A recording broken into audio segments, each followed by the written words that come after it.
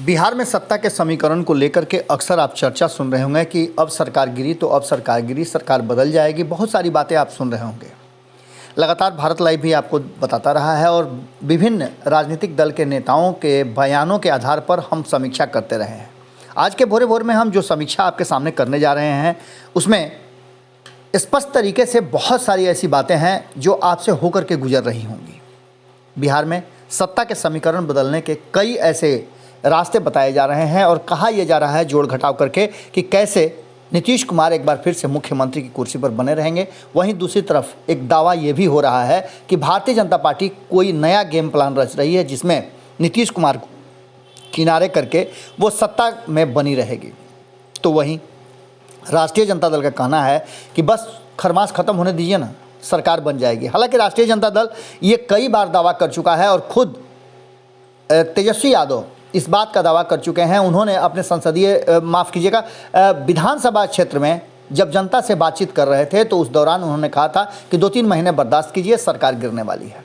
अब इन सारी बातों को तब जबकि नए साल की शुरुआत हो चुकी है, 2022 में बहुत कुछ कहे जा रहे हैं कि राजनीतिक बदलाव होंगे। वहीं भविष्यवाणियाँ भी कई हैं कि देश में उथल पुथल होगा, बिहार में भी उथल पुथल होगा। क्या होगा, कैसे होगा, इसका कोई भी खुलासा नहीं कर रहा है। आंकड़े कुछ और कह रहे हैं। आंकड़े सीधी तौर पे बता रहे हैं कि अभी नीतीश कुमार से मोह भंग नहीं हुआ है जीतन राम मांझी का, क्योंकि जीतन राम मांझी इस बात को समझ रहे हैं कि एक बार फिर से यदि वो पाला बदलते हैं तो राजनीतिक रूप से उन्हें नफ़ा कम, नुकसान ज़्यादा होगा। हालांकि सीट के रूप में या हो सकता है कि समझौते के तहत वो कुछ और मांग लें तो उन्हें मिल सकता है, लेकिन वर्तमान परिस्थिति में राजनीतिक रूप से उनको नुकसान ही होगा। इस बीच में आपको पता है कि इसी साल राज्यसभा के भी 3 सीटों पे चुनाव होने हैं। इसके साथ ही 24 सीटों के एमएलसी के चुनाव होने हैं जो 30 सदस्यीय पंचायत के चुनाव टलने के कारण रुके हुए थे। इन सारी बातों को अगर जोड़ घटाव करके देखा जाए और समीकरण की बात की जाए तो कहीं ना कहीं एक बात तो नज़र आ रही है कि जो बयान आ रहे हैं, जिस तरह की बातें चर्चा में हैं, उस तरह से बहुत कुछ कहा जा सकता है। लेकिन समीकरण बदलने की बात पर थोड़ा सा विराम इसलिए लग जाता है कि भारतीय जनता पार्टी नहीं चाहती है कि 5 राज्यों में होने वाले चुनाव या फिर 2024 के लिए वो कोई ऐसा गड्ढा खोद दे जिसमें वो खुद गिर जाए।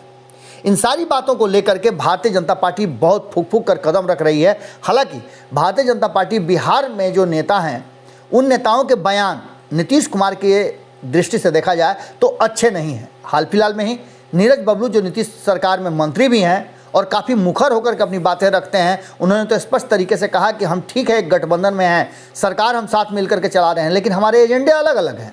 इससे पहले भी ऐसी बातें देखने को मिली है, तो इसमें गलत क्या है। वहीं अगर दूसरी तरफ देखा जाए तो राष्ट्रीय जनता दल बार बार नीतीश कुमार को निमंत्रण दे रहा है और इस पर नीतीश कुमार की पार्टी की तरफ से ढुलमुल रवैया अपनाया जा रहा है। जो बयान आ रहे हैं वो बयान कोई उसका स्वागत करता है तो कोई कहता है कि ऐसा होना ही नहीं है। वहीं अगर जदयू की बात करें तो जदयू बार बार भारतीय जनता पार्टी के साथ रहते हुए इस बात की तरफ इशारा कर रहा है कि नई समीकरण बने, नए समीकरण की तैयारी कर रहा है। जब नीतीश कुमार मुख्यमंत्री रहते हुए भारतीय जनता पार्टी और प्रधानमंत्री नरेंद्र मोदी से कुछ डिमांड करते हैं तो वो सिरे से खारिज कर देते हैं। ये टकराव और ये सारी बातें कहीं ना कहीं आम जनता को से लेकर के मीडिया जगत और मीडिया जगत से लेकर के राजनीतिक करने वाले लोगों तक कन्फ्यूज़न की स्थिति क्रिएट किए हुए है। कहीं ना कहीं ये बातें इसलिए हो रही हैं कि जिसका सबसे बड़ा और महत्वपूर्ण कारण है वो है कि कहीं ना कहीं नीतीश कुमार की जो सरकार चल रही है वो एक महीन लकीर पे चल रही है। इस लकीर पे जरा भी पैर इधर से उधर हुआ तो सरकार गिर जाएगी, ऐसी बातें कही जा रही हैं। लेकिन इन सब के बीच में नीतीश कुमार के पास बैकअप प्लान बहुत सारे हैं। भारतीय जनता पार्टी इस बात को जानती है कि नीतीश कुमार अपनी कुर्सी के लिए कहीं ना कहीं भारतीय जनता पार्टी को सत्ता से बेदखल नहीं होने देंगे। नीतीश कुमार को कुर्सी पर बने रहने के लिए भारतीय जनता पार्टी का साथ चाहिए और भारतीय जनता पार्टी को नीतीश कुमार के कुर्सी का लाभ उठा करके सत्ता में बने रहना है। इसके चलते आपको पता है कि बिहार चाहे जहां चला जाए उससे किसी को कोई लेना देना नहीं है। हालांकि दावा राष्ट्रीय जनता दल और तेजस्वी यादव ने एक दिन पहले ही किया है कि उन्हें इस बात से मतलब नहीं है कि नीतीश कुमार रहते हैं कि जाते हैं, भारतीय जनता पार्टी के साथ उनका क्या संबंध है, लेकिन हमारा मकसद बिहार और बिहार का विकास है।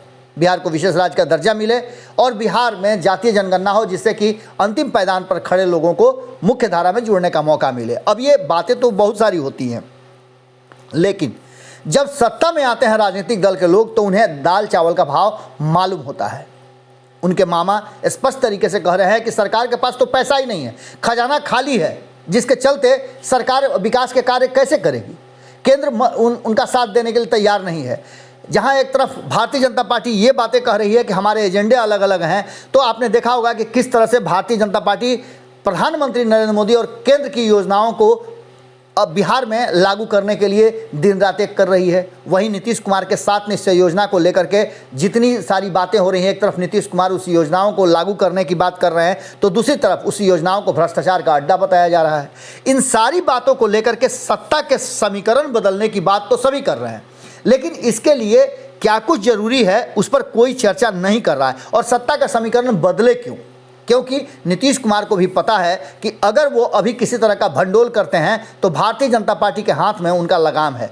केंद्र में बैठी भारतीय जनता पार्टी किसी भी हद तक जाकर के नीतीश कुमार को कटघरे में खड़ा कर सकती है, और ये नीतीश कुमार नहीं चाहेंगे कि राजनीतिक और अपने जीवन के अंतिम दौर में चल रहे हैं। अधिक से अधिक 10 साल की राजनीति उनकी बची हुई है, और इस बीच में अगर कुछ ऊंच नीच हो गया तो नीतीश कुमार लालू प्रसाद की तरफ कातर निगाहों से देखने लगते हैं कि कहीं ऐसा ना हो कि हम पर भी इस तरह की कोई बातें हो। और इसकी चर्चा अक्सर होती रहती है। राष्ट्रीय जनता दल के लोग और कांग्रेस के लोग इस बात को कहते हैं कि नीतीश कुमार भारतीय जनता पार्टी के गोद में इसलिए बैठे रहते हैं, सारी बातें मानने के लिए मजबूर रहते हैं कि भारतीय जनता पार्टी उनके पन्ने न खोल दे। इस बीच में आपने देखा होगा कि किस तरह से एक बड़े कैनवास पे एक तस्वीर खींचने की तैयारी चल रही है। प्रधानमंत्री के रूप में नरेंद्र मोदी को 7 साल से ऊपर हो गए हैं, और ऐसी स्थिति में विपक्ष न तो इतनी मजबूती से उनके योजनाओं और नीतियों की तरफ इशारा कर रहा है कि क्या क्या कमियां रहीं, जबकि देश की जनता इस बात को लेकर के परेशान है कि ये देश किस दिशा में जा रहा है। विकास की तो बहुत सारी बातें की जा रही हैं और दावा भी बहुत कर रहा है भारतीय जनता पार्टी कि विकास बहुत सारे हुए हैं। नरेंद्र मोदी ने विकास की बयार बहा दी है, लेकिन बिहार पिछड़ा है और 16 साल से भारतीय जनता पार्टी नीतीश कुमार के साथ सत्ता में है। विकास पुरुष नीतीश कुमार कहे जाते हैं, और 7 साल से तो केंद्र में भी दोनों साथ साथ हैं। उसके बावजूद ये स्थिति आखिर क्यों हुई? 2017 से जब नीतीश कुमार भारतीय जनता पार्टी के साथ गए तो उनका सीधे तौर पे कहना था जो बिहार को विशेष राज्य का दर्जा देगा हम उसी के साथ बिहार में सरकार बनाएंगे। अब ऐसी स्थिति में नीतीश कुमार के इन विचारों का सीधी तौर पे खारिज कर देना भारतीय जनता पार्टी का, क्या ये समीकरण नया बनता हुआ दिख रहा है? वहीं दूसरी तरफ जब राष्ट्रीय जनता दल ये कहती है कि नीतीश कुमार भारतीय जनता पार्टी को छोड़ करके आए, हम हर हाल में उनके साथ देने के लिए तैयार हैं, तो कांग्रेस का कहना है कि हमसे बिना पूछे राष्ट्रीय जनता दल आखिर ये बात क्यों कह रहा है, हम साथ में नहीं हैं। अब आप समझ सकते हैं कि दूसरी सबसे महत्वपूर्ण बात है कि जहां एक तरफ महागठबंधन एकजुट नजर आ रहा था, वहीं असमंजस की स्थिति क्रिएट है। ये असमंजस कहीं ना कहीं हर जगह है, चाहे राजनीति करने वाले लोग हों या फिर मीडिया जगत, सभी असमंजस की स्थिति में है और हर कोई वो रास्ता खोज रहा है कि नए समीकरण के लिए रास्ता क्या होगा। हालांकि रास्ता बहुत सुगम है।